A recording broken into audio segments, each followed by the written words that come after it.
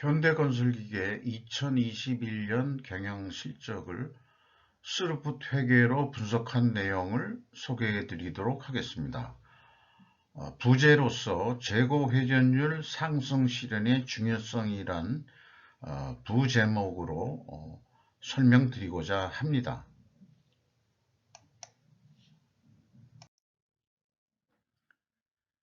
매출액은 2조 1천억을 달성해서 전년 대비 58.7%가 증가했습니다.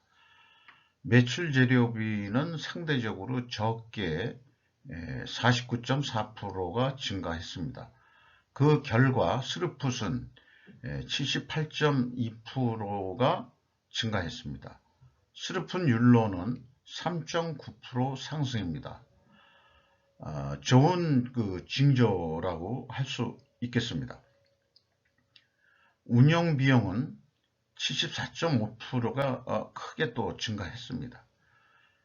그 결과 TOE 생산성은 1.06으로서 전년 대비 0.02포인트 상승했습니다. 영업이익은 175%가 증가한 437억 원을 시현했습니다. 원가회계 영업이익 증가율은 450%나 되는데, 그래서 원가회계 영업이익보다는 스루풋 회계이익은 234억이 적은 수치입니다. 이는 가공비 배부 재고자산이 크게 증가했기 때문에 이런 결과치가 나온다, 이렇게 말씀드리겠습니다. 그래서 이런 커다란 금액이기 때문에 스루풋 손익은 원가회계 영업이익과의 차이를 극명하게 보여준다, 이렇게 표현하겠습니다. 재고자산 내역을 보면은 WCAI 가공비 배부 재고자산이 864억 원 증가했다. 요건데요.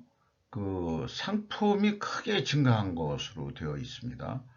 제품도 있지만은, 그리고 전체 재고자산은 1364억 원이나 증가했습니다.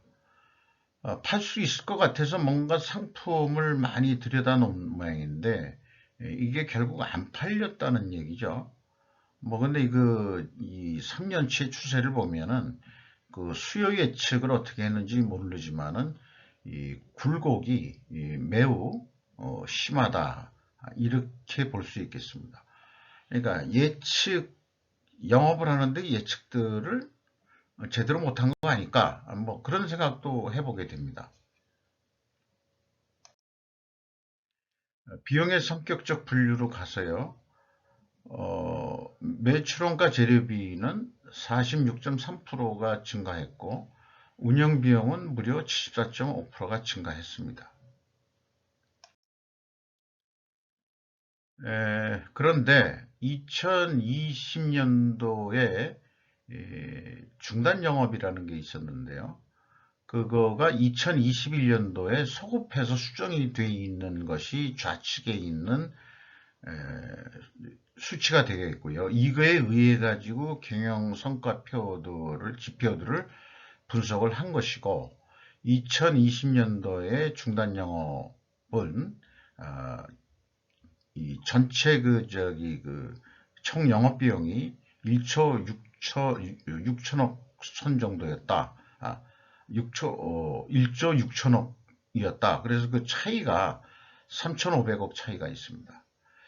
그래서 이거를 보면은 이 현대건설기계에는 인건비를 밑에다가 좀 내놨는데, 다른 회사들이 인건비를 재료비 다음에 제일 먼저 비용에 쓰거든요. 그래서 이런 것은 조금 좀 순서를 좀 바꾸면 좋지 않겠냐, 사람을 더 중시해야 되는 거 아니냐, 여담입니다만 그런 뜻으로 말씀을 드리고요. 그래서 이 감가상각비, 다른 주요 비용이 또 인건비 외에 뭐가 있을까, 이렇게 봤는데, 그렇게 이제 다 생략해버리고 기타로 다 몰아버렸는데, 2008 889억 원이었거든요. 근데 이 중에 뭐 낭비적인 요소가 뭐가 없는 건 아닌지 이런 생각을 한번 해보게 됩니다. 그래서 앞에 내용은 이 수정된 금액으로 비교된 그 비성분 데이터였다는 것을 말씀드리겠습니다.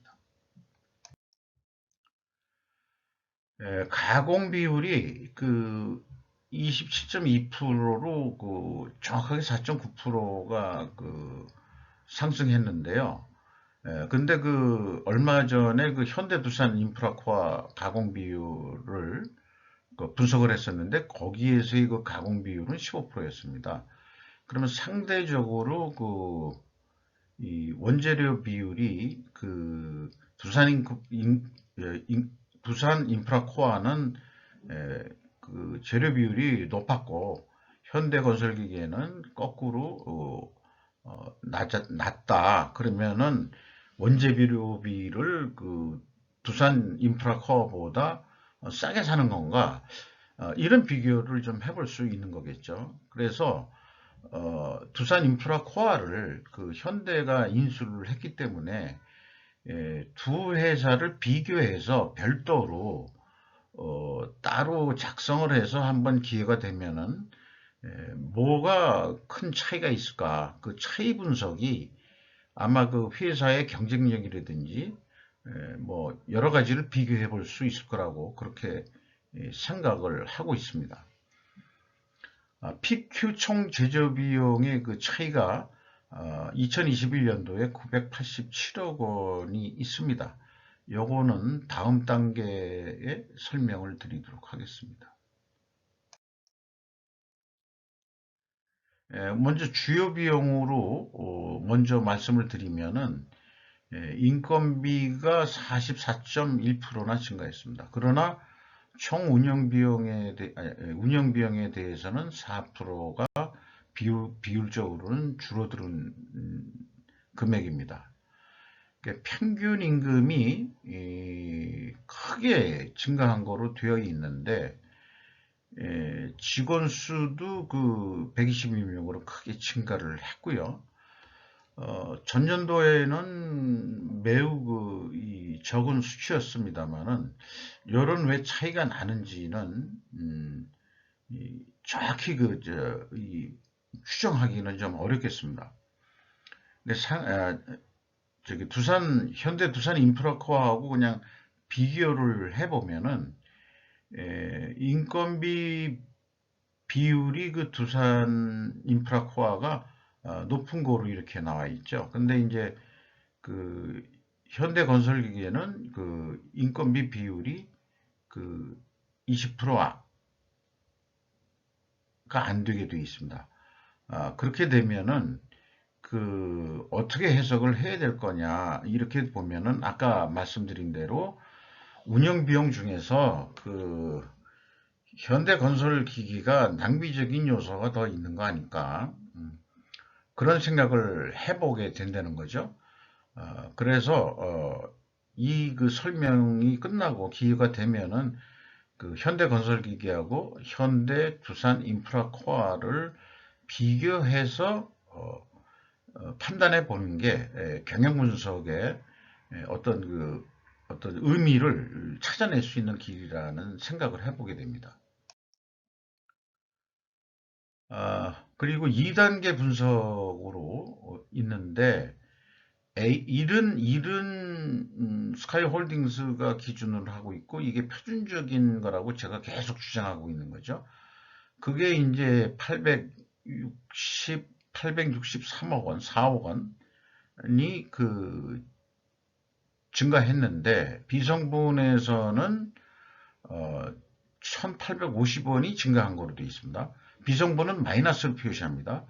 그럼 그 차이가 987억이 되는데 재고자산의 변동 기준이 전체 재고자산인가 해서 이 재고자산의 변동 기준이 전체라면은 BWCI 증감 금액을 가감해 주면은 맞아야 되는데 그것을 가감해 주어도 486억 원의 차이가 있다. 근데 이렇게 연속해서 그 3연속 차이가 이렇게 줄기차게 그 차이가 난다면 분명히 어떤 그 특별 원인이 분명히 내부적으로 있을 텐데 외부에서 접근하는 수준으로는 그것이 과연 무엇인지는 전혀 알 길이 없다는 겁니다. 그래서 타 회사들은 이 2단계 검증으로 패스가 되는 회사들이 많은데 패스가 안 된다는 얘기는 결론적으로 그 재고자산 매출원가 회계가 불투명하다. 그러니까 투명성을 검증할 수 없다. 이렇게 결론을 낼 수밖에 없는 거죠. 그래서 이제 비성분 재고자산의 변동 범위를 합리적으로 추측할 근거가 전혀 찾지를 제가 못했다. 이렇게 말씀드리게 되는 것입니다.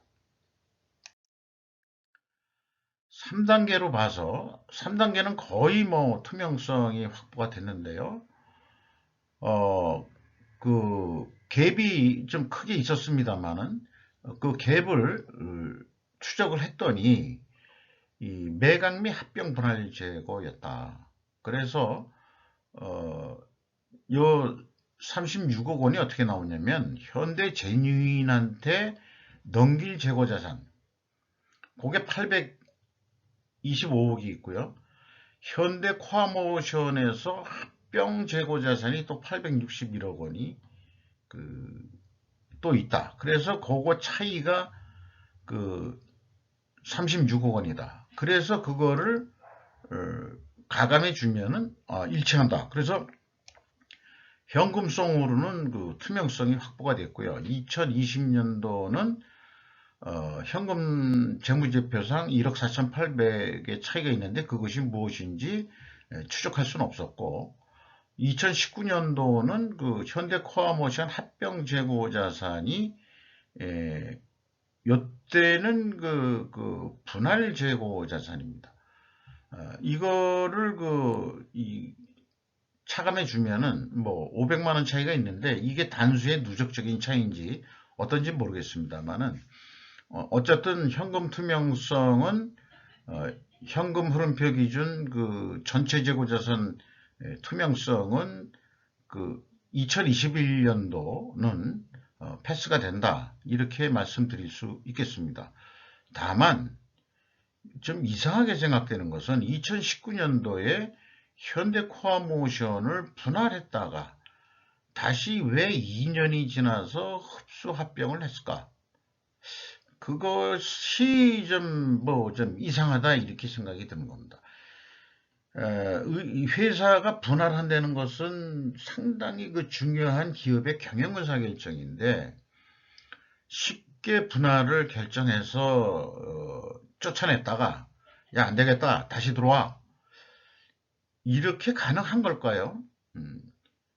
뭐 잘은 모르겠습니다만은 이렇게 해서 그 재고자산이 왔다 갔다 뭐 이런 또 분석하는데 불편함도 있지만 분석하는데 불편하다고 제가 짜증 부리고 불평하는 게 아니고 왜 그런 변화를 초래했는지 그런 원인을 추적하는 게 관심사가 될 수밖에 없어서 그렇습니다. 어떤 현상에 대해서 그 원인이 뭘까? 왜 그렇지? 라는 질문들이 우리네는 너무 교육을 못 받고 자라가지고 나이 먹어서 그렇게 논리적인 원인을 찾는 사고방식을 연습하려다 보니까 무척이나 어렵다는 얘기죠. 그런데 제가 찾은 길이 회계가 매우 논리적인 연습을 할 수 있는 것이다. 그렇게 저는 요즘에 느끼고 또 그렇게 주장하고 있습니다. 평가지표로 가가지고요. 그 생산성이 약간 상승을 했습니다.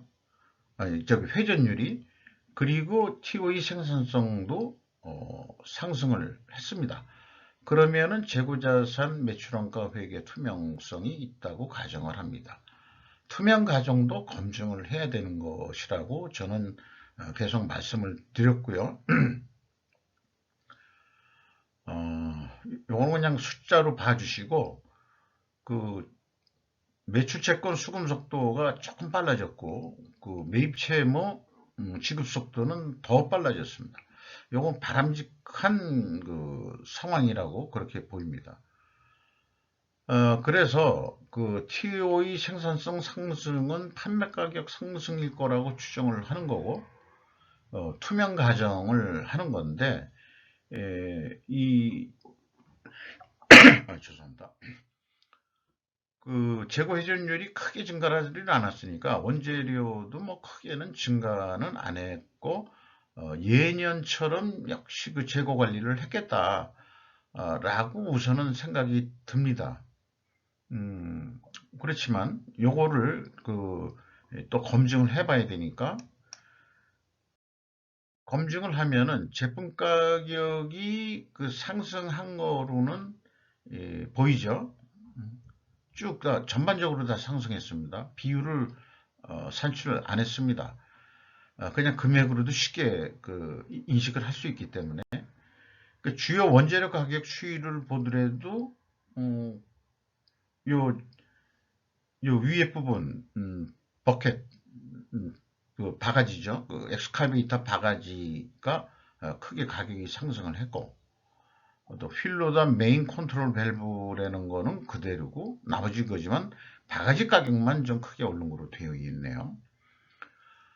그러면은 그 투명성 가정 입증에 원재료 가격 하락이나 판목 가격 상승해야 되는데, 그러나 원재료 가격 인상에 따른 따랐기 때문에 그 투명 가정 추론은 입증 추론은 좀 안 됐는데, 그러면은 만약에 그 투명 가정이 옳다고 한다면은 다른 결과를 찾을 수 있어야 되는데, 이게 그 판매량 증가로 그 영업을 활성화했다라고 해석할 수밖에 없는 거죠. 그런 다른 결과를 찾아냈다 이렇게 볼 수 있겠습니다. 근데 외부에서는 판매량으로 접근할 방법은 없죠. 재무제표가 금액으로 나와 있는 거기 때문에 쭉 금액으로만 우리가 이제까지 추론을 하고 그런 논리를 생각을 해봤는데, 그래서 이런 그 판매 가격이나 원재료 가격으로 입증이 안 된다면은, 가정이 입증이 안 된다면은, 당신이 그 가정이 옳다고 믿고 그게 진실이라면은 분명히 존재할 다른 결과를, 필연적으로 존재할 다른 결과가 있어야 된다. 그것을 밝히면은 가정은 입증이 되는 거고, 입증이 많이 될수록 가정은 이론이라고 불릴 수 있게 되는 거다. 이런 말씀을 드릴 수 있겠습니다. 그래서 그 지금까지 그 말씀을 드린 거를 표로 만들어서 다시 한번 좀 설명을 드려볼까 하는데요. 만약에 WCI 회전율과 TOE 생산성이 상승한 동일 방향이라면 재고자산 매출원가 회계 투명성을 가정한다. 왜냐하면 판매 가격 상승과 원자력 가격 하락이란 역방향 검증으로 그 입증을 할 수 있기 때문이다. 이런 검증 추론으로 그 데이터를 확인하면은 이 투명 가정이 입증할 수 있는 백데이터가 되고 원인이 될 수 있다. 이런 설명이죠. 그런데 해봤는데 원자력 가격이 하락한 게 아니고 상승했거든요. 그러면 그거를 판매 가격과 원재료 가격 모두 가격 상승했다면 투명 가정은 무효해야 되는 것인가? 기껏 고민해가지고 투명 가정을 했는데 그게 이제 입증이 안 된다. 만약 가정이 사실이라면, 또는 가정이 거짓이라면 필연적으로 존재할 결과를 예측해 봐야 한다. 그래서 제가 예측한 것이, 우리는 금액으로만 접근했지 판매량, 수량으로는 접근해 본 적이 없다. 접근할 수가 없다. 그러면은 직접 이거를 양으로 재고 회전율을 산출해 봐라. 요런 거를 제시할 수 있는 거죠. 이것이 수량으로 검증이 가능하다면은 투명 과정은 입증이 되는 거다. 해볼 수 있는 사람이 몇 명이나 될까요? 그 회사 내부 데이터에 접근할 수 있는 분, 내부 직원, 현대건설 기계 직원 외에는 이 수량으로 된 재고 회전율을 뽑아낼 사람은 현재로서는 없을 겁니다. 그러나 저는 그거를 꼭 확인하고 싶은 그런 욕심은 있는 거죠. 그래서 재고 회전율의 상승 목표를 필히 경영 목표에 넣어야 할 이유라고까지 전개가 되는 겁니다. 이것은 아무리 강조해도 지나치지 않습니다. 제가 그 옛날 조직에 있을 때 사업부 보고서 또는 뭐 ISO 심사를 할 때도 왜 그 사업 목표에 매출액만 잡습니까? 목표 관리를 하는데 재고 회전율 목표를 가져가세요 라고 영업한테 얘기를 했습니다. 근데 그게 몇 년이 지나도록 재고 회전율 목표를 영업이 목표로 안 잡더라고요. 왜 그런가? 그러면은 재고 회전율을 내 속된 말로 내 영역, 내 나발이에서 책임질 수가 없는 거 아니냐는 거죠. 물론 그렇습니다. 그것은 공장의 생산량과 또는 그것을 취급하는 물류 조직과 영업 간의 생산과 영업 간의 이 협력 작품이기 때문에 그렇습니다. 이것이 매우 어려운 거죠. 그래서 우리가 영업과 생산 회의를 한다고 그럴 때 생판 회의라고 그래요. 그러니까 생판 회의라고 그러는데 수십 년 동안 같이 지낸 인간들끼리 뭐라고 하냐면 생판 회의를 하면은 생판 처음 본 사람들처럼 마치 싸우고 난립니다. 자기 입장 때문에. 이것이 변하지 않는 생산과 영업의 딜레마다. 이거를 해결할 수 있는 공동 목표가 뭐냐 그러면은 재고 회전율이다. 이게 재고 회전율. 재고 회전율을 영업과 생산이 공동 목표로 가져갔을 때 해결책이 나온다. 그래야 협업이라는 게 나오고 뭐 중소기업하고 뭐 상생 이따위 얘기를 하지 말고 내부에서 영업과 생산이 협력해서 재고 회전율을 올릴 수 있는 길을 찾아야 기업이 돈을 번다. 그러니까 누이 좋고 매부 좋고 너도 좋고 나도 좋고 월급 오르고 그 다음에 보너스도 더 받게 된다. 이거를 그렇게 강조해도 영업부 연간 사업 목표의 재고 회전율을 넣는 회사를 별로 보지는 못했어요. 거의 못 봤다고 해도 사실입니다. 그래서 영업이 기껏 사업 계획을 하는 역량은 그저 선형적인 올해 매출 얼마 했으니까 내년 매출 얼마쯤 그냥 단순 예측을 해서 선형 예측을 해서 매출 목표만 세우는 수준 아닐까 라고 그렇게 한번 지난 경험상 말씀드리고 또 미래에 어떻게 하면 될지 재고 회전율을 왜 사업 목표에 넣어야 될지를 설명드렸습니다. 현금 재무제표로 넘어가서요. 735억 원의 현금을 잃었습니다. 그 결손금이 그렇습니다. 비율로도 마이너스 4%로 그 현금 손실률이 나타났습니다. 채권자 이잉원 현금으로 1165억 원을 갚았습니다. 그래서 레버리지율이 그 5.9%가 내려간 36.3%로 나타났습니다. 주주들이 그 돈을 더 투자를 했습니다. 243억 원을요. 그 내역은 여기와 같습니다. 근데 합병으로 인한 다시 자본이 600억이 다시 더 들어갔다. 이렇게 나와 있습니다. 그 다음에 최종 2,956억 원의 현금이 유출이 됐습니다. 이것은 중소기업의 투자 금액으로 금액이 큰 비중을 차지하는 것으로 그렇게 파악됩니다. 현금 보포율은 10.5%고요. 매우 낮아졌습니다. 중소기업 등에 투자했기 때문에 이렇게 낮아진 결과로 보입니다. 재고자산 증가도 또 해당되는 거고요. 그 다음에 이익잉여금률은 43.5%로 10.5%가 상승했습니다. 이런 것들은 뭐 주가 상승 요인으로 좀 해당한다고 할 수 있겠지만 현금 수익률이 떨어져 가지고 그것이 상쇄돼 버리는 그런 상황입니다.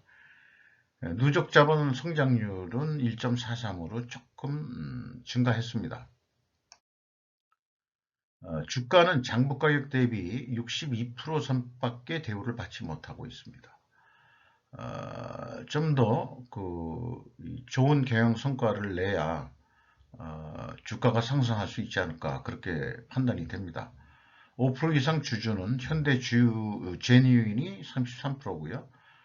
블랙락 펀드가 5%가 들어와 있습니다. 외국인이 17.1%입니다. 건설 기계에 대해서 외국 투자 기관들이 어느 정도는 관심 종목으로 지금 투자를 하고 있는 것으로 판단됩니다. 이상 좀 길었지만은 마치도록 하겠습니다.